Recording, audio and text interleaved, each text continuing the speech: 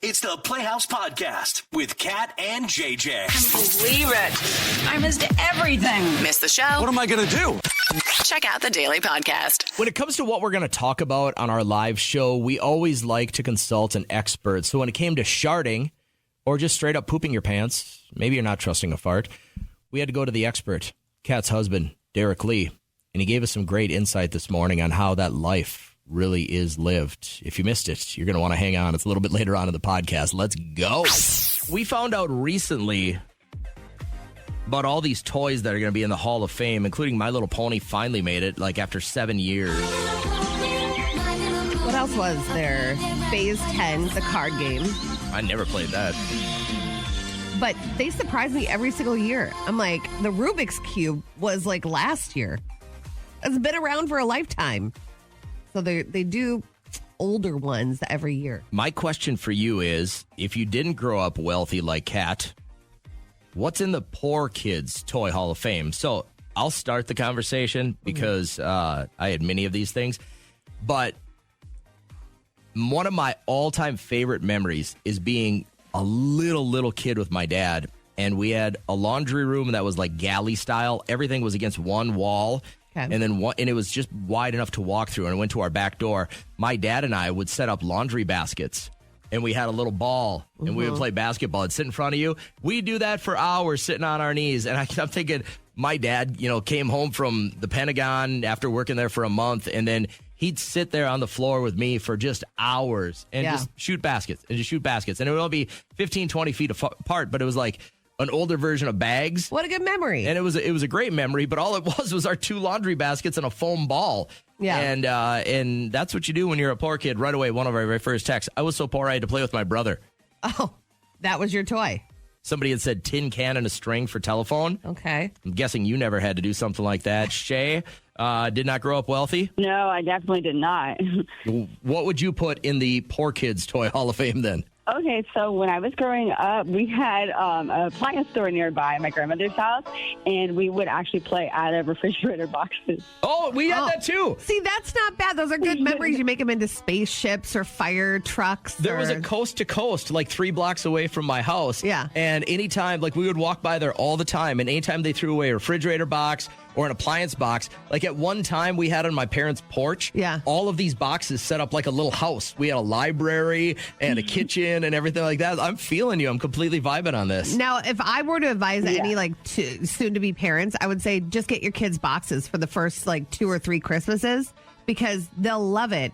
But it sounds like you were older than that. Yeah, I was a little bit older, but let's just say that, we had good times. All right. Anything else you want to throw in the Poor Kids Toy Hall of Fame? I feel like all of us have at least 3 or 4. Oh, yeah, definitely. So, like the ball of yarn, I used to make cat's cradles and all of that. Oh, sure. Really, creative. Yeah, what does a ball of yarn cost? $1? And you could probably have, 500 cat's cradles out of that deal. Oh, yeah, for sure. Somebody had already commented on our Facebook page. We used to have trash can lids, and we would play cymbals and make a band. Nice. So get creative. If you were going to put something in the Poor Kid Toy Hall of Fame, what's yours? Go back to your childhood if you didn't grow up wealthy like Kat, and what would you put in the new Poor Kids Toy Hall of Fame? If you're trying to make me feel bad. I'm not. It's not working. If you feel bad, it's because of you. I can't possibly take on that guilt. I was a child. I had great Christmases, but now as a parent, I understand you have to get creative. I have a friend that, maybe 10 years ago didn't have a lot of cash. And she went to thrift stores and would clean up all the toys and just put them underneath the Christmas tree. And the girls had no idea. They loved all their new toys. And I'm like, you got to do what you got to do as a parent.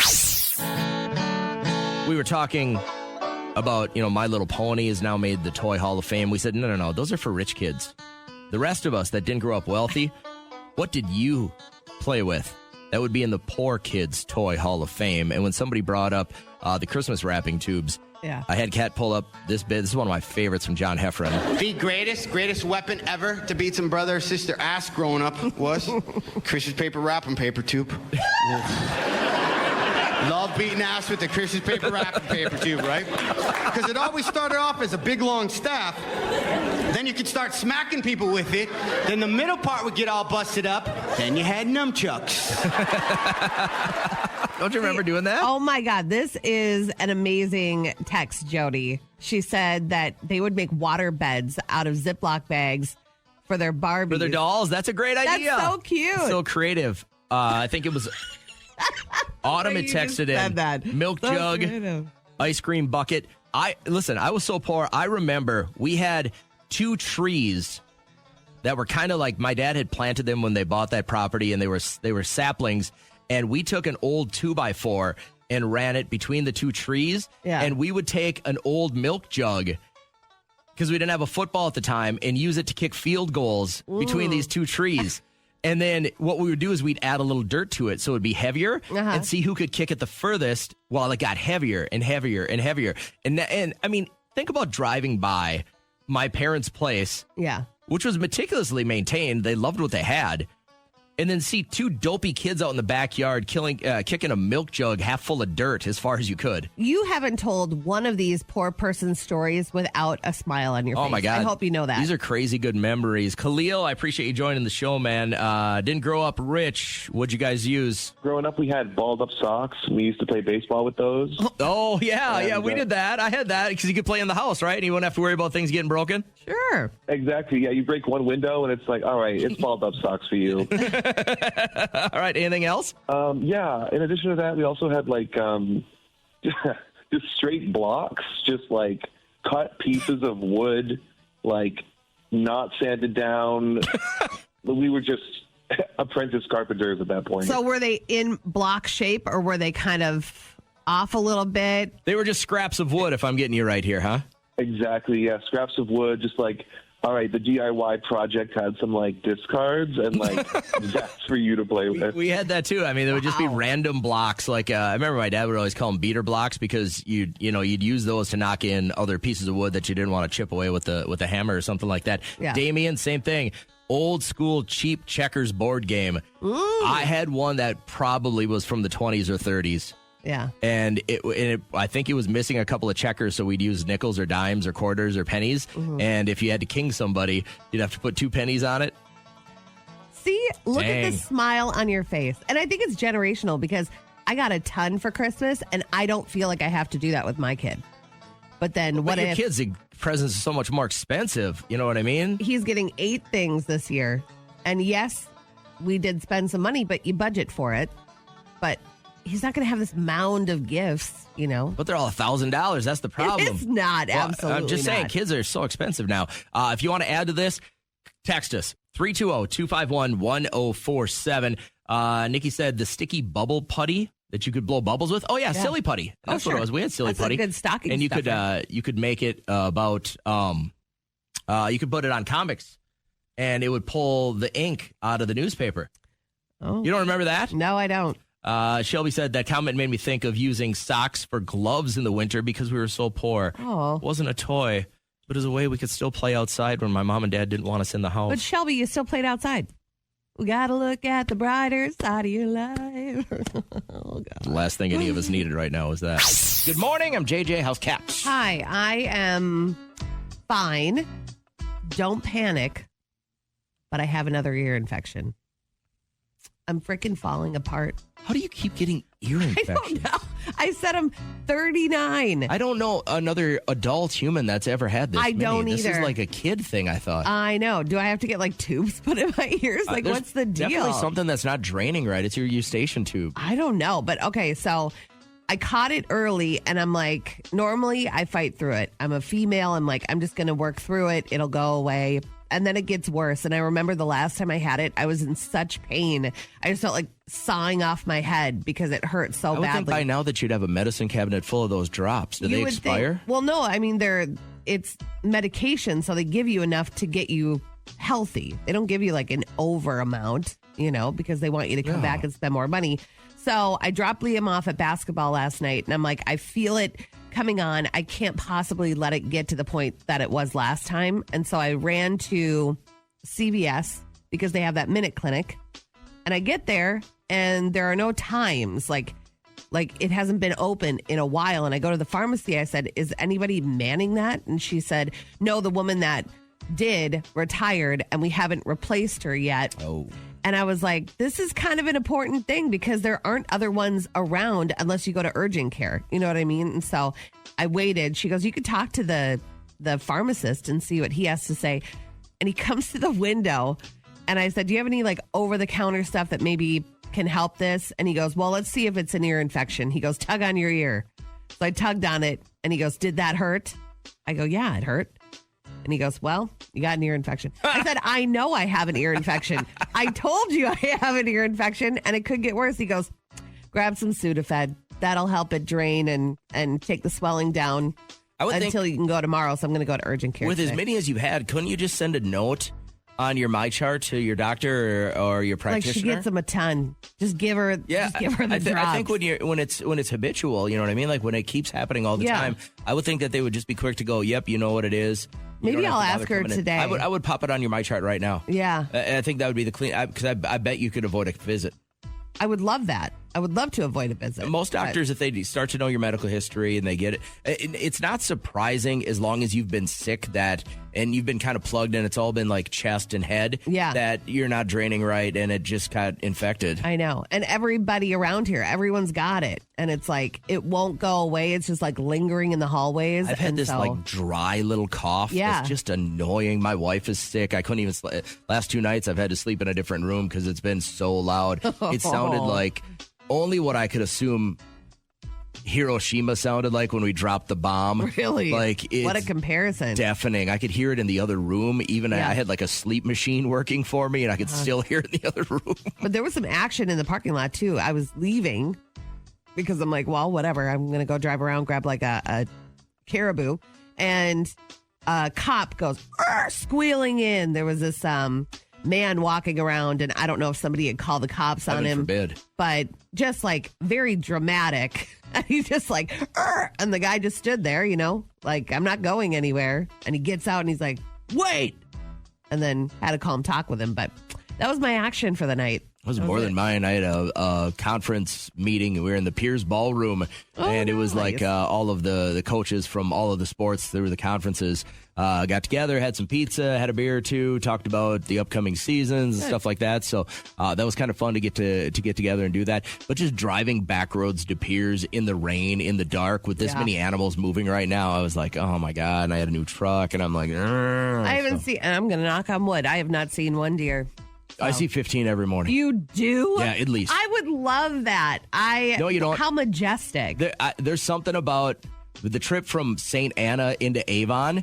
White knuckle. Well, it's white knuckle to begin with, and I can only do like 30 or 40 miles an hour because I don't want to clip one of these. Yeah. But every day this week, I've had to stop in the road because there is at least a doe and her fawn just standing there looking around. It's not the crossing. But I stop and they just look at me like, why are you driving on my road? Yeah. And then I'll honk and then they'll look at me again. And then as soon as I turn my lights off, they seem to get spooked.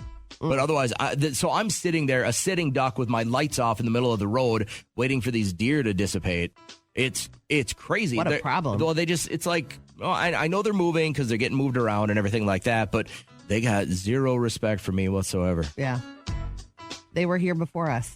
Yeah, you don't even know that. Absolutely, though. they're How wildlife. do you know, the They ones were that here. are We living built right around now, their homes. the ones that are here right now, we're not here before They're us. mad, and now we're eating them. Their cousins were. I was talking to Liam on our way to basketball last night, and he was like, "How long are you going to keep this car? Do I get it?" And I'm like, he's of the age now where he starts asking about your car. I love it.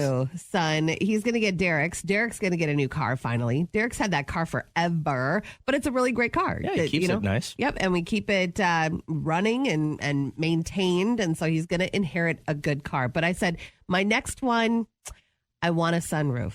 You know, and I'm a bare minimum. Like Derek was so mad at me with the Kia I got before because the guy's like, hey, do you want all this stuff? And I'm like, nah. I really don't care until I got this latest one. I got the seat warmers now. Ooh. Okay. I got the steering wheel warmers now. Okay. And it makes a big difference. I mean, if you're living in Arizona, you don't care. You don't care. And I didn't think I cared until now. And when you have leather and it's cold and then it heats up your butt right away, man, it's a game changer. My wife's car before this one had the air conditioned seats. Wow. So it would blow cold air on your lower back and like on your beehole. It was Beautiful. great. Nice. And speaking of sunroof, the car she has now, the Tesla, the whole thing is glass on the top. Yeah, my it's friend had one of those. I don't even know That's what's kind of like panoramic. Derek's. Derek's is literally all glass on I'm top. just like, is this safe? And the guy's like, yeah, safest car on the road. And I'm like, all right, buy it. I only have one feature. So I just got a new truck and re-up my lease. And it's basically the same truck, different color, but it has a couple of different features. One is it's got the lane assist, right? So you get out of the lane a little bit. I think most cars have that now. And it's got the if you're following somebody and you're on cruise control, it'll keep you that safe length away. But the one thing that it's got in the tailgate that I've never had a truck that has this is it's got a plug-in. Like if you got power tools or you want to run a TV at a tailgate or you got one of those coolers or a grill or anything that's a plug-in accessory, you can plug it right into the bed of the truck and you've got an outlet right there for power. That is nice. And I haven't used it yet, but I'm very excited to. I think about it every day. What car is this? 6348 said my massaging seats are the best. Massaging seats? What? How much extra does that cost? I'd love to. Did they say what kind of car it is? No. That's got to be like a Maserati What or something car? like that. That's got to be something super high end. Yeah. Thanks for making us part of your morning. I'm JJ Katz here as well. And Kat had just mentioned that her son, who's 12, is already asking, do I get your car? She's like, no. She's very Eye on the possessive. prize. I am because it's not paid off. I'm like, I might even switch it in for a new one. But the next car that I have, I will have a sunroof. I've been leveling up my vehicles with Kia because I've never needed the bells and whistles. Derek always gets mad at me. He's always like, come on, make the most of your car. But now I have heated seats. Can't live without them. Can never go back to a car that doesn't have a backup cam. I mean, I'm not That's stupid. a rough one. Yeah. And so I'm not cranking my neck for nobody. But then we asked about, like, what's that feature in your car that's pretty cool? And somebody had texted in, massaging seats are the best. I said, what car is that? And they said, Ford Explorer. You got to get the higher trim package, but it's worth it if your back is sore. Massage seats. What's up? I would say if you drive for a living, like if you are somebody that has to go from location to location, that would be so worth it.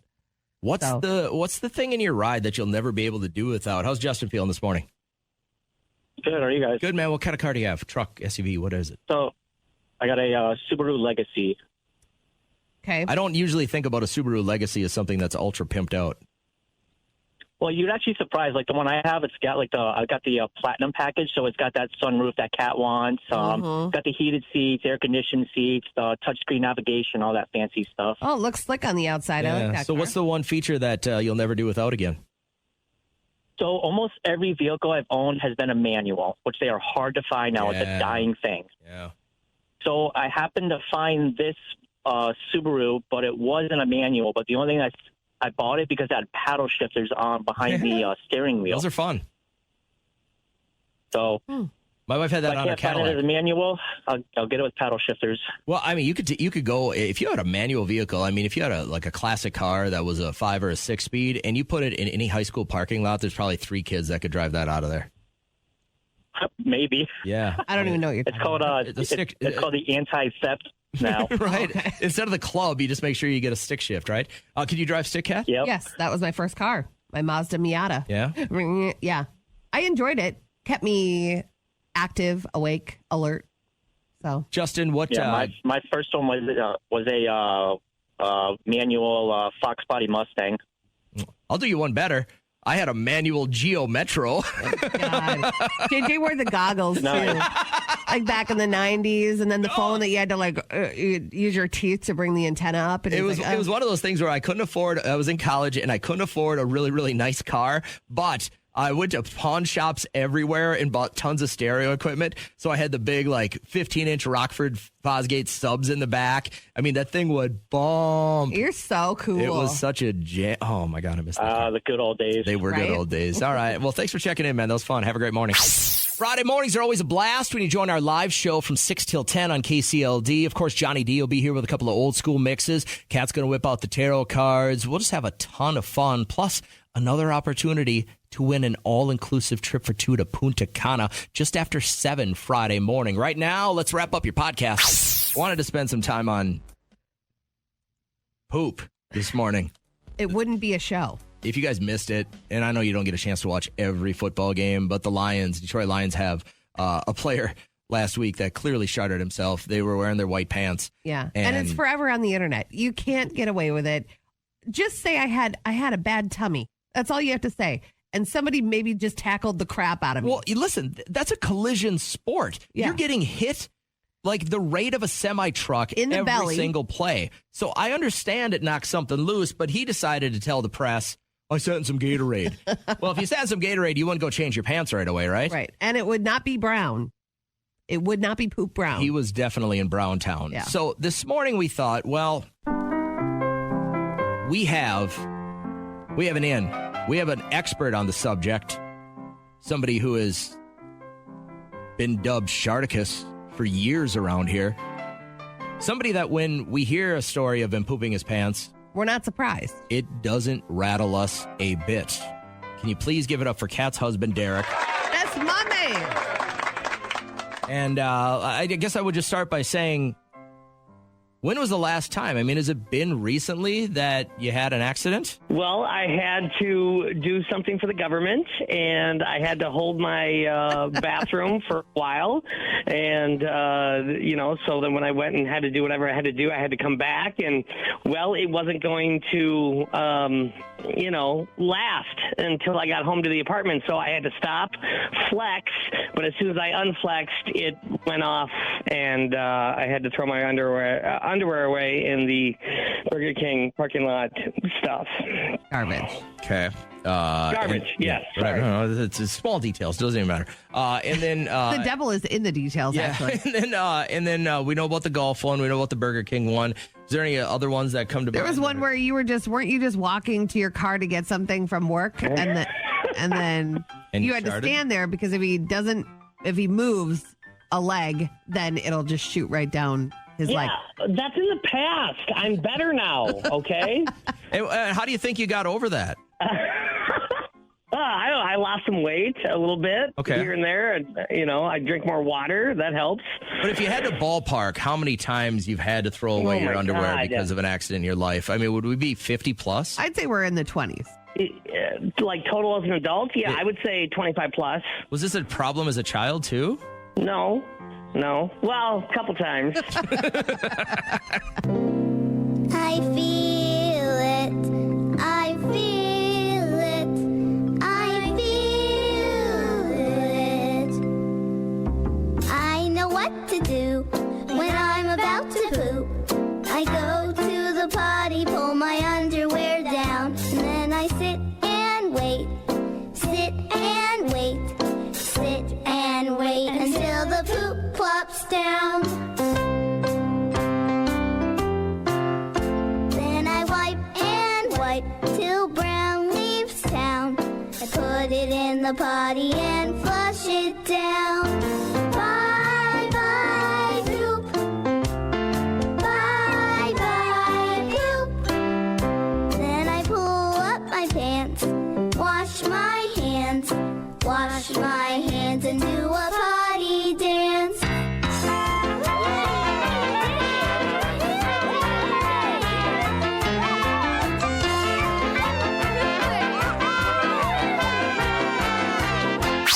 This thrift store worker in Missouri discovered these World War II love letters in a donation bin, and I'll tell you why we're talking about it, but here's the audio. This isn't such a bad place, and they treat you swell. And if there was any loving from you, I can definitely take it. Love always Chester. From the very beginning, she was looking for a sewing machine. So throughout the whole thing, he was like, honey, you will find that sewing machine. So I just always crack up because she spent the whole war looking for this perfect sewing machine. But that said, she was amazing because she also worked, and she was running things at home. We talked about how, when I get back, we're going to open a business. We're going to do these things. That's, I think, such a healthy thing that when you're at war, to have something to look forward to coming back, you know what I mean? And to have that inspiration and to find out everything's good. First off, is everything good back home? Mm-hmm. Good. All right. I'm in big trouble. This is a bad spot to be in. But this is going on okay, and this is going on. I'm so looking forward to coming back and starting a business and starting a family. And they did too. She went on to talk about how he got back from the war and they made all of their dreams that they were writing about happen, which I thought was really cool. But we were going through all these bins, like all of Derek's costume bins this weekend. And I opened one bin and I said, "Oh, this isn't costumes. This is my memory box." And I had in there 3 notes from boys, and they were folded up like fortune cookies. How old? You know how you did? This must have been middle school. And I sat down and I read them with Liam, and he's like, "Oh my God, this is like so cringe." But it was like, "Are you going to the football game? Do you want to sit on the hill?" Because at Anoka, there was this big hill. And if you sat on it, you were like a cool person, you know, and watched the game up there and like linked up with your love or whatever. But it was so funny. Did you ever pet? No. Yeah, no. Oh, you did? It was more of an elementary school thing for us, though. It wasn't like a middle school thing, but I do remember, like, I had a girlfriend in 5th grade, and every day we were in opposite classes. There was only 2 classes of 5th grade where I went, you know what I mean? And they were like 20 kids apiece. And every morning, and I mean, we dated for a hot month, I suppose. Yeah. And every morning, though, she would come in and we'd always sit on the radiator, like in our side. And she'd come in and she'd just hand it to me. She'd go, "Have a good day." And it would be a note and it would say something like, "Can't wait to have lunch with you," or "I'll see you at recess," or something like that. And those are the only love letters I think I ever remember getting. Email screwed that up for everybody. Texting screwed that up for everybody. We did a lot of check boxes, like where it was like, "What are you having for lunch? This or that? Check that box." You know, "What are you wearing tomorrow? Check that box." You know, it was funny. I do remember that because our parents were friends, and I remember the one check mark was, "Who do you like better, your mom or your dad?" And I checked my dad, and she had said, "My dad too. My dad really likes your dad." And I was like, "Oh, this is great." And then I was in the next year. Her dad was the superintendent of our school district. He moved away and got another job, and like I remember being like broken hearted, like that was my girl. But listen, I dodged a bullet on that one. She was in 5th grade. I know. And then what's she up to now? You creep on her. No, not even what she's up to now. She did not age like a fine wine. Oh, got it. And I'm not saying I'm good looking by any means. You better be perfect. But no. Throwing that shade. Listen. I'm very blessed with a very beautiful wife right now, and I wouldn't have wanted to take her out in public. I get it. Like I get it. Be I could nice. not imagine like introducing someone like that to my friends. Wow, you are shallow. It's not shallow. I've thought things about you, but shallow wasn't one of them. You're telling me there's an ugly guy out there and you'd want to show him off to your friends? Hell no. Bingo! How fun! Last week, someone lost an eye at bingo. Bingo! Bingo what bingo? Bingo! Bingo! All right, here's how listener bingo works. You can't get through yet because you don't really know exactly what we're looking for. Maybe, and we're only going to take one story. So get ready to call. If you're someone listening who can do an impersonation. So this guy nails Arnold Schwarzenegger. He called to try to book a reservation at a restaurant here. Hey, this is Arnold. Listen, I will be in the area tonight around 8 o'clock. So good. I mean, if you can have any wiggle room, it would be absolutely fantastic. Hasta la vista. Alrighty, bye-bye. All right, thank you. And I will say, if I get diarrhea at this restaurant, I will not be back. I will not be back. So he's great. You can do an impersonation. People are saying you're South Park, or you're Bart Simpson sounds like more South Park. That's fine. Not going to do it anymore? No. Wow, you shut her down. Great text. I'm going to go looking for anyone listening who went on just a normal vacation. Like you were just going to go to whatever. You were going to go to New York City, but something amazing happened. Something surprisingly amazing, and you tell the story all the time, happened. Like I said, the example would be you went to Vegas just for the weekend. You and the boys are going to play 5 rounds of golf, and you ended up winning $1 million at the casino. Yeah. Or, you went to Miami and ended up hooking up with J-Lo. Something like that. Like your vacation could be a movie. Yeah, you could easily make a movie out of it. So that's what we're looking for this morning. And the first call we get is from Christopher. How old are you, Christopher? 12. 12. And this was on vacation, right? Yeah. Tell us what amazing thing happened to you. So we went to California, and we went to a Warriors game, and they mentioned my name on the Jumbotron. No way. Why would they do that? I don't know. I think my mom did something or something. Okay, it was really cool. And then you saw your name on the Jumbotron as Steph Curry was draining threes. Yeah. That's awesome. That is cool. Did mom or dad get a picture of it maybe? Yeah. So you'll have that forever and ever. Yeah. You're Nice. a bigger superstar than Kat is. Look at you. Do you ever listen to the show and then be like, I'm way more popular than she is because everyone in California knows who I am? No one says that. No. Yeah, well, you should. You're a superstar. Hey, thanks for being on our show this morning. Go to school so you don't be a DJ, okay? Okay. Okay, see you later. Bye. Thanks, bud. Get out with LPP. Can you help me? Get out with LPP. Can you help me? Get out with LPP. Can you help me? Get out with LPP. Everybody. All right, OPP is other people's problems. You got something you can't solve? Bring it to us. Our listeners are great therapists. And when Jonathan hit us up with a text, I said, we got to explore this a little bit more because I've never been in this situation. I've had my share of roommates. And like when I was in college, if my roommate had a girl over, it was a pretty obvious situation. Somebody would leave a piece of clothing outside the door. Mm-hmm. That was just it. I know that everybody was typical to hang a sock on the door handle, but we had those, well, they were the ones that, the handicap door knobs, you know what I mean? They were the up and down. Mm-hmm. You can't hang a sock on that. Plus, if it's just like a pair of shorts is laying outside of someone's room, it's not as obvious. But when I saw what he had written, I said, all right, tell us all about it.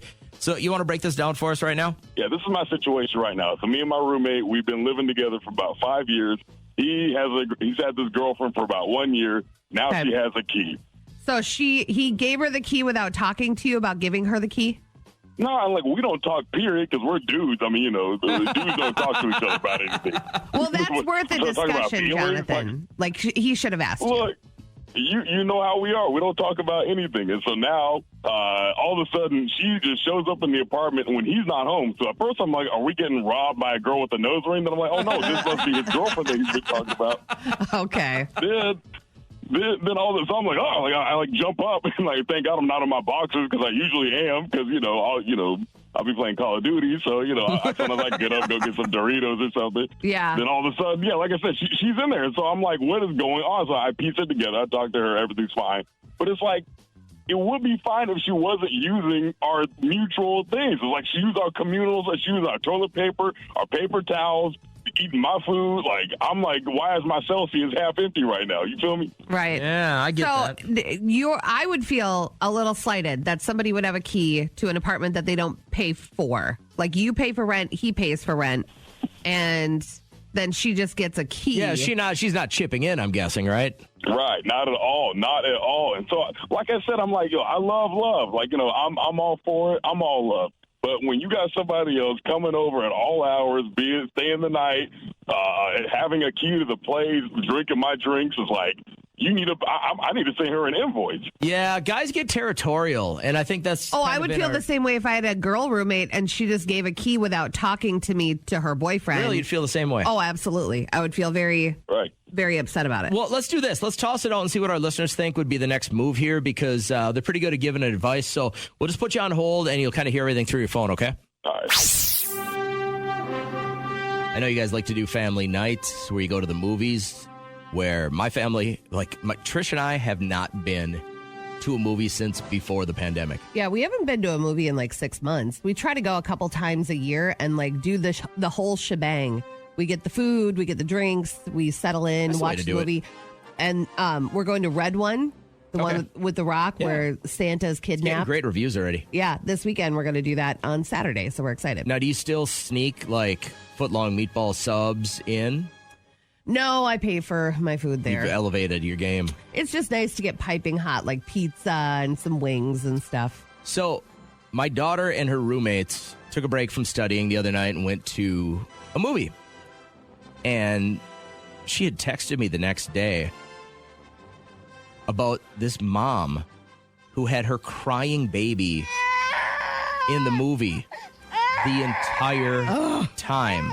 Shut that off. It was just mom and the baby.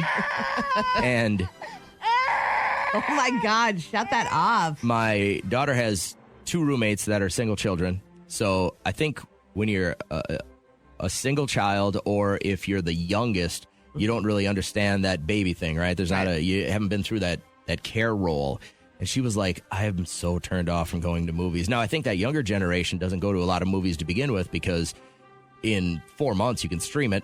Or a lot of times you can just buy it for $10 and stream it right away. And I think that's what she'll be doing from now on. And I was thinking to myself, first I went, well, what if she's a single mom and she wants to see a movie? But then I'm like, if you had a baby with you, I don't think I would have ever tackled that. If Trish was away on a work trip, I don't think I would have ever taken a baby to a movie. First off. Yeah, but how often does this happen to Reagan? She goes her whole life without this happening, and then it happens once and she's done with movies. Well, I'm willing to bet that this woman with the crying baby at the movie probably isn't her first rodeo. I don't know. I think a lot of people don't have that self-awareness where it's like, it's bothering other people. She should have gotten up and taken the baby out there, outside. The other thing I thought about, it's so freaking loud in there. It is. Like, that's a lot for a baby, right? Unless you're going to like an Eat, Pray, Love, it's not going to be loud. Even those Pixar movies are loud in there. Yeah. And I think about seeing like kids at concerts and they got the earmuffs on. And this is louder than a concert's going to be if you're sitting up in the like 800 sections. Right. Is it ever okay to take a baby to a movie? I look at that as kind of a nuisance. When you go to a movie, it's like, and right now with what you pay to go to a movie, what's a movie ticket an cost? outing. I think it's like $13, $14. So for your family, you're looking at $100 Saturday. It will be a $100 Saturday, but we budgeted for it. And that's why we don't do it all the time. We do it with a movie that we can all sit down and watch. I think the last one was the Ghostbusters, the Frozen era, whatever it was. So that was a while ago. I sound like an old boomer where I'm like, I would just rather be in my house, have the beer out of my refrigerator, make some popcorn at my place, sit on my couch. If it's something that just Derek and I are going to watch, then we do stream. But when it's like a whole family thing, I'm like, let's go. Let's have that experience. And I bet I've said 10 times in the last 2 years, oh, I'm going to go see that. As soon as I get so hyped for the video, and then I see the trailer, and I'm like, oh my God, I have to see that.